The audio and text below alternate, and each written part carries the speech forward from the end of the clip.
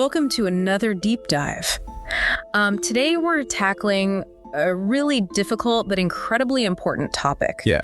Identifying and avoiding sexual predators. It's heavy stuff. It is, and we're going to equip you with knowledge from a fascinating guide that was initially created for a French audience. Interesting. But trust me, the insights are universal and surprisingly relevant. Yeah, it really highlights how anyone can be a victim. Right. And that's a difficult truth to confront. And it challenges some common misconceptions right from the start. For sure. I think most people, if you ask them, what's a predator? Why? They picture a stranger lurking in the shadows. Right. The stereotypical image. But this guide emphasizes something else entirely. Yeah. So what's the reality here? Well, the truth is, most sexual predators are not strangers at all. Okay. They are often individuals already known and trusted by the victim. Family members, colleagues, friends, individuals who have established a sense of trust and familiarity. That's what makes their actions even more insidious and difficult to detect. So instead of being wary of strangers, we need to be aware of these dynamics in our existing relationships. Yeah. That's a little unnerving. It is. Because predators thrive on that pre-existing trust. Exactly. It allows them to manipulate situations more easily and makes victims less likely to question their motives or behavior. Absolutely. The guide even uses the term grooming to describe how predators operate. It's a calculated process. So what exactly does that involve? Grooming is a deliberate process of building trust and emotional dependence with the victim, Okay. often over a long period of time. So this isn't just like a one-time thing. No, it's a long game. This is something that can happen over weeks, months, years. Exactly. And it might involve showering the victim with gifts, Okay. excessive attention, or isolating them from their support network. Right. So they're really trying to control the whole situation. That's the key. This manipulation makes it incredibly difficult for the victim to recognize the danger they're in. Okay. So we're talking about more than just a few awkward interactions. Right. This is calculated and strategic, Absolutely. which is terrifying. The guide also lists some specific red flags to look out for. One that jumped out at me was this idea of fast-tracking trust. Oh, yeah, that's a big one. What does that look like in practice? It's about creating an accelerated sense of intimacy. Okay. Imagine someone coming on too strong, wanting to be your best friend or confidant Right. within days or weeks of meeting you. Right? Almost too much too soon. Exactly. They might be overly generous with gifts, constantly seek your attention, or express a desire to spend a lot of time alone with you, Okay. especially if you're a parent alone with your child. Right. These are all attempts to manipulate the dynamic and establish a sense of obligation. So it's not just about being cautious with strangers. Wow. It's about being mindful of those red flags, even within established relationships. That's right. Healthy relationships develop organically over time. Right. Be wary of anyone who seems to be pushing for an accelerated connection, Okay. particularly if they display other concerning behaviors.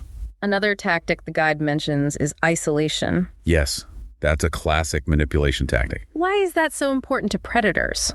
Isolation serves several purposes for a predator. Okay. First, it removes the victim from their support system. Right. Their friends, their family. Exactly. The people who could offer a different perspective, challenge the predator's behavior, or potentially intervene. So it's all about removing those safeguards. Yes. Second, it allows the predator to exert greater control over the victim's environment and information. So they're controlling the narrative. Precisely, the more isolated a victim becomes, the more vulnerable they are to manipulation and abuse. It seems like control is a common thread in many of these tactics. Absolutely. Control is a fundamental aspect of predatory behavior. By controlling the victim's relationships, information, and environment, the predator can maintain their power and influence. And this doesn't just happen in person, right? Oh, no, of course not. The guide talks about social media being a major hunting ground for predators. It's become a breeding ground, unfortunately. Why is that? Well, social media has unfortunately become a fertile ground for predatory behavior. Yeah. These platforms offer predators a way to connect with potential victims discreetly without the usual social barriers. So it's easier to hide. Much easier. It's crucial to be vigilant about your privacy settings. Okay. Be cautious of strangers asking excessive personal questions. And remember, never share intimate photos online. Never. It's just not worth the risk. So much of this seems to revolve around pushing boundaries. Testing the waters, so to speak. Can you elaborate on that a bit? Sure.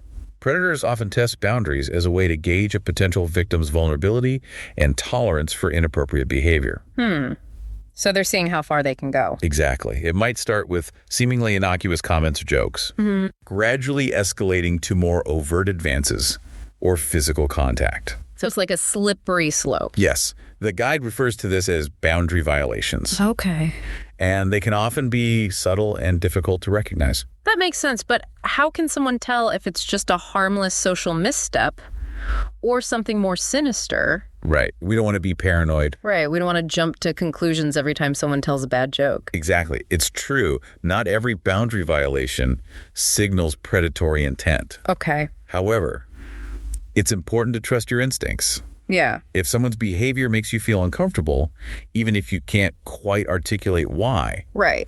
it's crucial to pay attention to that feeling. So that uneasy feeling, that's our internal alarm system. Precisely. And we should never ignore it. Never. Yeah. It's better to err on the side of caution and remove yourself from the situation Okay. than to dismiss those feelings and potentially put yourself at risk. This all feels pretty heavy, I know, it's tough stuff. but I'm really glad we're having this conversation. Me too. It's a reminder that these dangers exist, Right. and we can't afford to be naive. We have to be informed. But the guide doesn't just focus on the negatives, right? Oh no, it offers hope. It offers some really practical advice on how to protect ourselves and those we care about. Absolutely, we can take action. Why don't we shift gears and delve into those empowerment strategies in part 2? That sounds great. We'll equip you with the tools to navigate these difficult situations and prioritize your safety. Sounds good. Stay tuned for part 2. See you then. Welcome back. Let's dive into the guide's advice on how to protect yourself and those you care about from sexual predators. Okay, so where do we even begin? Well, it seems like a lot of this comes down to communication and education, Right. particularly when it comes to children. Yeah, I mean, that's where it starts, right? Exactly. The guide strongly emphasizes the importance of open and honest communication with children Okay. about body safety and boundaries. Makes sense. It encourages parents and caregivers to have age-appropriate conversations about consent, Okay. the right to say no to any unwanted touch, Right. and the importance of reporting any behavior that makes them feel uncomfortable. That makes sense. But how young is too young to start having these conversations? That's a good question. I know a lot of parents might feel hesitant to bring up these topics with very young children. Right, it can feel awkward, It can. but the guide suggests starting these conversations as early as possible, Okay. even with preschool-age children. Wow. So really young. It's about creating a culture of open communication Right. where children feel comfortable talking about their bodies and their feelings. I see. Of course, the level of detail should be tailored to the child's age and understanding. So it's not about giving them like a lecture on sexual abuse. No, not at all. It's about instilling those basic principles Exact. of bodily autonomy and respect. Exactly. It's about empowering children to trust their instincts Okay. and understand that they have the right to say no Right. to any unwanted touch, even from adults they know and trust. The guide also emphasizes the importance of teaching children that no adult should ever ask them to keep a secret. Oh, that's a huge one. That makes them uncomfortable. Right, because predators often use secrecy as a tool Right. to manipulate children and silence them. So it's like a power play. It's essential for children to understand that they should never be forced to keep secrets that make them feel uneasy or scared. Right. They should always feel safe talking to a trusted adult Okay. about anything that bothers them. And that applies not just to physical interactions, but also to online interactions, right? Oh, absolutely. And- Especially with social media being so prevalent these days. Right. Everyone's online. The guide stresses the importance of vigilance in the digital world. So what can parents do? It encourages parents and caregivers to be aware of who their children are interacting with online, Okay. what information they might be sharing, and the potential risks involved. I know a lot of parents grapple with finding that balance Yeah, between monitoring their children's online activity and respecting their privacy. it's a tough one. It is. The guide doesn't advocate for intrusive surveillance, Okay. but it does recommend having open and honest conversations with children about online safety, Right. setting clear boundaries, and using parental control tools responsibly. So it's about finding that middle ground. Exactly. It seems like open communication is a recurring theme here, It really is. not just with children, but also in our adult relationships. Absolutely. The guide emphasizes the importance of trusting your gut instincts Okay. and speaking up if something feels wrong, Even if it's with someone you know and trust. especially if it's with someone you know and trust. You mentioned that earlier, the idea of trusting our gut. Yeah. But what about those of us who tend to overthink or second guess ourselves? Yeah. How do we know if it's a genuine red flag or just our anxiety acting up? That's a great point. Sometimes it can be difficult to differentiate between intuition and anxiety. Right. Like, is this really happening or am I making it up? However, the guide suggests that if a consistent pattern of behavior makes you feel uncomfortable or unsafe, it's crucial to pay attention to those feelings and take steps to protect yourself. So it's not about overreacting to every little thing. No, not at all. It's about recognizing those persistent red flags, taking them seriously. Don't dismiss those feelings of unease. Talk to someone you trust. Seek professional guidance. And if necessary, remove yourself from the situation. This all feels a bit overwhelming, to be honest. I hear you. It's hard to imagine actually being in a situation like this and knowing how to react. It's a lot to process. It is. But remember, knowledge is power. By understanding the tactics predators use, we can be better prepared to recognize and respond to potentially dangerous situations. I see. And the guide doesn't just focus on prevention. It also offers guidance on what to do if you suspect abuse or if you've been a victim yourself. That's a really important point. So let's shift our focus to that. What does the guide recommend in those situations? The guide stresses the importance of taking action immediately. It encourages victims to talk to someone they trust. A family member, a friend, a teacher, a therapist. Anyone they feel safe with. Exactly. And to report the abuse to the appropriate authorities. It also mentions resources like hotlines and organizations dedicated to supporting victims of abuse. Yes, there's help out there. It specifically references a French emergency hotline. But I'm sure there are similar resources available worldwide. Absolutely. There are numerous organizations dedicated to providing support and advocacy for victims of sexual abuse. That's great. And the guide also encourages victims to document any suspicious incidents. Oh, that's so important. Dates, times, specific behavior. Yes, because this information can be crucial if an investigation is opened. So even if it feels small, write it down. Write it down. That's right. Detailed documentation can be extremely helpful in building a case and holding perpetrators accountable. And remember, you're not alone. That's the most important thing. There are people who care and want to help. Absolutely. This is a lot to take in. It feels like such a heavy topic. It is. But remember, the more we talk about these issues openly and honestly, the less power those who would exploit others will have. It loses its power. Exactly. By raising awareness, educating ourselves and our children, and supporting victims, we can create a safer environment for everyone. You're right. And this guide has been an incredibly valuable resource. Yes, it has. For understanding the complexities of this issue. It really highlights the importance of proactive prevention and empowerment. And while it was initially created for a French audience, the insights and strategies are remarkably universal. Absolutely. It's a reminder that these issues transcend cultural boundaries and affect people everywhere. So this is really something that affects all of us. It does. So before we wrap up, I want to leave our listeners with something to think about.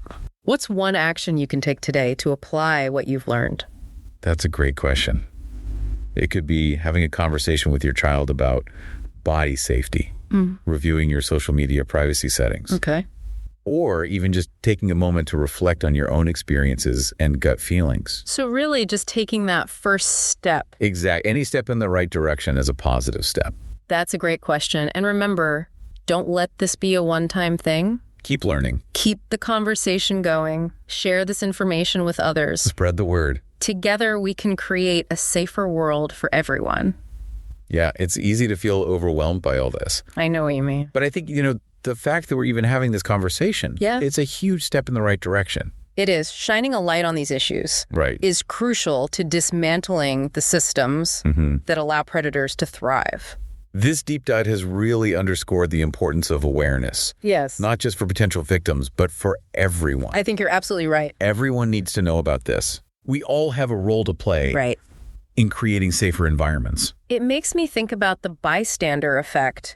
You know how people are less likely to intervene if they think others will step in? But if we're all equipped with this knowledge and empowered to speak up, then that dynamic can shift. Exactly. We can all be those upstanders. Love that. The ones who are willing to say something if they see something that feels off. That's what it takes. So much of this comes down to trusting our instincts. Absolutely. And having the courage to act, even if it feels uncomfortable. It's not always easy. It's not, but you're right. It's that willingness to step outside our comfort zones. Yeah. To challenge what might feel like none of our business. Right. That can truly make a difference. It's about realizing that protecting the vulnerable is everyone's business. It really is. And I think that's a powerful message to end on. I think so too. Well, that wraps up our deep dive into identifying and avoiding sexual predators. It's been heavy, but important. We know it's been a heavy topic. Yeah. But we hope you found it informative and empowering. I hope so too. Remember, knowledge is power. Absolutely. And together, we can make a difference. We can. Thanks for listening, and until next time, stay curious, stay informed, and stay safe.